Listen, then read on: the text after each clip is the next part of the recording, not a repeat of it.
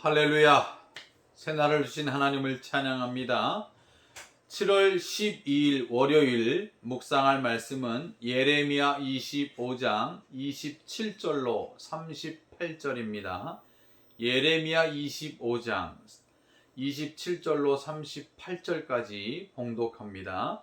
너는 그들에게 이르기를 만군의 여호와 이스라엘의 하나님의 말씀에 너희는 내가 너희 가운데 보내는 칼 앞에서 마시며 취하여 토하고 엎드러져 다시는 일어나지 말아라 하셨느니라.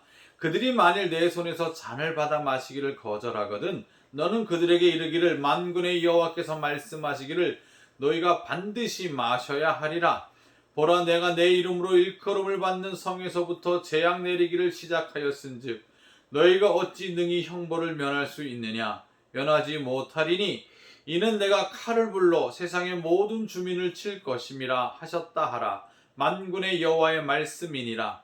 그러므로 너는 그들에게 이 모든 말로 예언하여 이르기를 여호와께서 높은 데서 포효하시고 그의 거룩한 처소에서 소리를 내시며 그의 초장을 향하여 크게 부르시고 세상 모든 주민에 대하여 포도 밟는 자 같이 흥겹게 노래하시리라. 요란한 소리가 땅끝까지 이름은 여호와께서 뭇 민족과 다투시며 모든 육체를 심판하시며 악인을 칼에 내어 주셨음이라. 여호와의 말씀이니라. 만군의 여호와께서 이와 같이 말씀하시니라. 보라, 재앙이 나서 나라에서 나라에 미칠 것이며 큰 바람이 땅끝에서 일어날 것이라.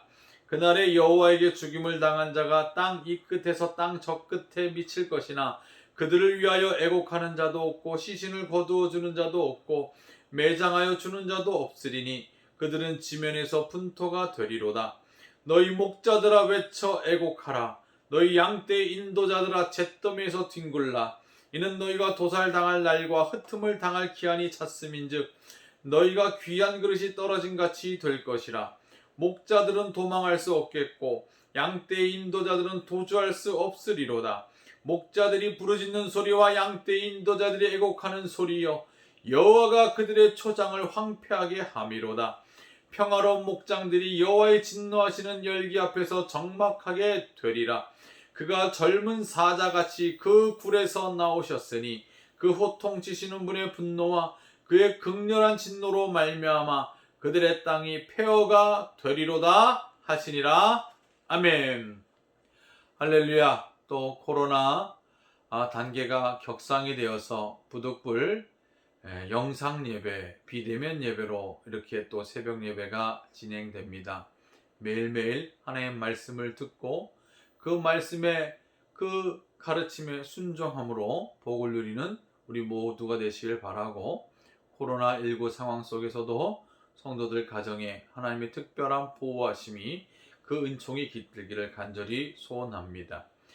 오늘 말씀은 우상 숭배자들에 대한 하나님의 심판의 메시지입니다. 여전히 예레미야 선지자가 회개하여 돌아와야 회복될 수 있다 선포하지만 죄의 길에서 돌이키지 않는 자들에 대한 메시지죠. 27절에 보시면 너는 칼 앞에서 마시며 취하여 토하고 엎드러져 다시는 일어나지 말아라 라고 말씀합니다.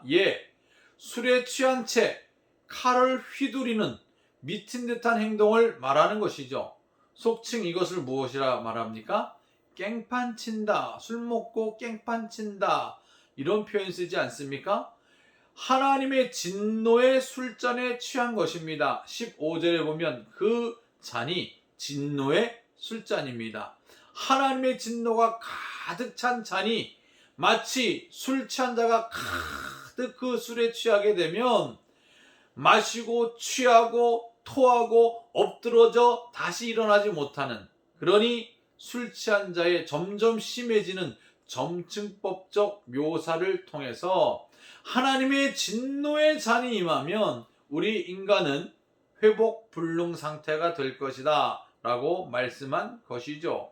28절에 반드시 마셔야 하리라 라는 말씀은 하나님의 진노의 잔은 어느 누구도 피할 수 없다라는 말이고, 29절에 예루살렘 성부터 유다 열방들까지 임한다라는 것은 하나님의 공의의 심판에는 어느 누구도 예외가 없다라는 뜻인데, 어느 정도 하나님의 심판이 무섭게 임하느냐, 30절에 여호와께서 높은 데서 포효한다, 으르렁거린다 라는 건데, 38절에는 그 모습을 젊은 사자같이, 다른 영어 성경에 보시면 스트롱 라이언 이렇게 되어 있습니다. 강한 사자의 울부짖음같이 하나님의 심판이 임할 것이고, 그리고 포도 밟는 자같이 임할 것이다.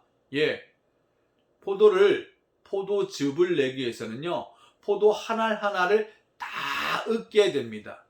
하나도 온전한 것이, 성한 것이 없습니다. 다 짓밟히고 이겨야 포도즙이 되는 것인데, 포도 밟는 자같이 하나님의 심판이 철저하게 임함을 이렇게 묘사한 것이죠. 그러니 모든 나라, 모든 육체가 다 하나님의 심판 앞에서 피할 수가 없다는 것이고, 얼마나 무서운 심판과 재앙이냐 하면 그 결과 애곡하는 자도 없고, 시신을 추스르는 자도 없고, 매장할 수도 없고, 그 시신들이 다 이제 썩어 흙으로 돌아가는, 마치 시신이 뒹굴어 다니는 끔찍한 장면을 묘사한 것입니다. 그럴 정도로 하나님의 진노의 심판이 무섭다라는 것이죠. 사랑하는 성도 여러분, 어떤 자들에게 이 심판을 먼저 말씀하고 있느냐, 34절에 보면 목자들, 양떼 인도자들이라고 표현하지 않습니까?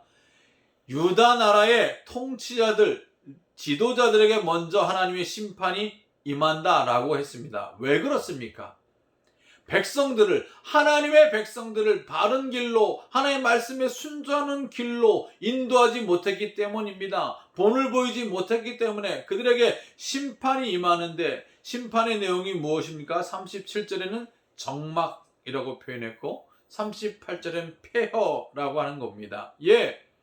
하나님의 심판이 임하니까 시신이 뒹굴고 어느 누구도 살지 않으니까 그 땅이 황무지가 됩니다. 황폐한 땅이 됩니다. 웨이스트랜드라고 해서 아무 필요 없는 버려진 땅이 되고 맙니다. 사랑하는 성도 여러분, 하나님의 심판이 이처럼 무섭습니다. 오늘 이 말씀 보면 하나님의 심판의 메시지 앞에 우리는 두려워 떨 수밖에 없습니다. 무섭지 않습니까? 겁나지 않습니까? 이 말씀이 그대로 임한다고 했을 때 어느 인생이 그 앞에 바르게 설 수 있겠습니까? 사랑하는 성도 여러분, 따라서 하나님의 진노의 잔이 임하기 전에 우리 인간이 살 길은 딱 하나, 무엇이죠? 하나님의 심판이 이르기 전에 자신을 돌이켜 회개의 길로 나가는 것입니다. 회개가 회복의 지름길입니다. 다시 일어서기 위해서는 회개의 자리에 나아가셔야 합니다. 코로나19가 우리에게 주는 교훈이 뭡니까?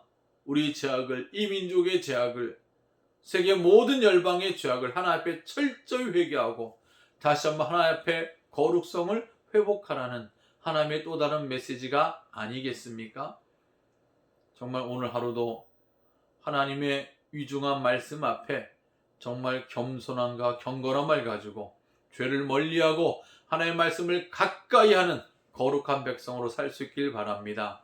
여러분이 예배당에 나오지 못하고 교회에 나오지 못한다 할지라도 삶의 자리, 여러분이 머무는 삶의 모든 현장에서 하나님의 거룩성을 드러내고 하나님께 영광 돌려 영광을 돌리며 살아가는 여러분 한 사람 한 사람이 되시기를 우리 주님의 이름으로 축복합니다. 예수 이름 붙들고 승리하시기를 주님의 이름으로 축원을 드립니다. 할렐루야! 기도합니다. 하나님의 무서운 심판 앞에, 진노의 잔 앞에 어느 누구도 피할 수 없고 무서운 심판 앞에 우리는 하나님의 긍휼을 구할 수밖에 없습니다. 회개하는 자에게 회복의 은총을 베푸시는 하나님 앞에 우리의 죄를 자복하며 다시 한번 하나님의 긍휼을 구하며 거룩한 백성으로 살기로 다짐하오니 주여 나의 삶을 지켜주시고 어디에서나 하나님의 백성답게 거룩하게 살게 하여 주시옵소서. 코로나19로 힘들어하는 이 나라의 백성을 이제는 건져 주시고 질병으로 고통 중에는 환을 일으켜 주옵시고 이 새벽에 주의 말씀 묵상하며 기도하는 성도들에게 응답의 복으로 채워 주시옵소서. 다시 교회에서 만나 예배하고 정말 하나님을 찬양하는 그날을 소원하오니 속히 그날을 허락해 주옵소서. 빌 때 이 모든 것 우리 주 예수 그리스도의 이름으로 간절히 기도 올리옵나이다. 아멘. 할렐루야. 승리하세요.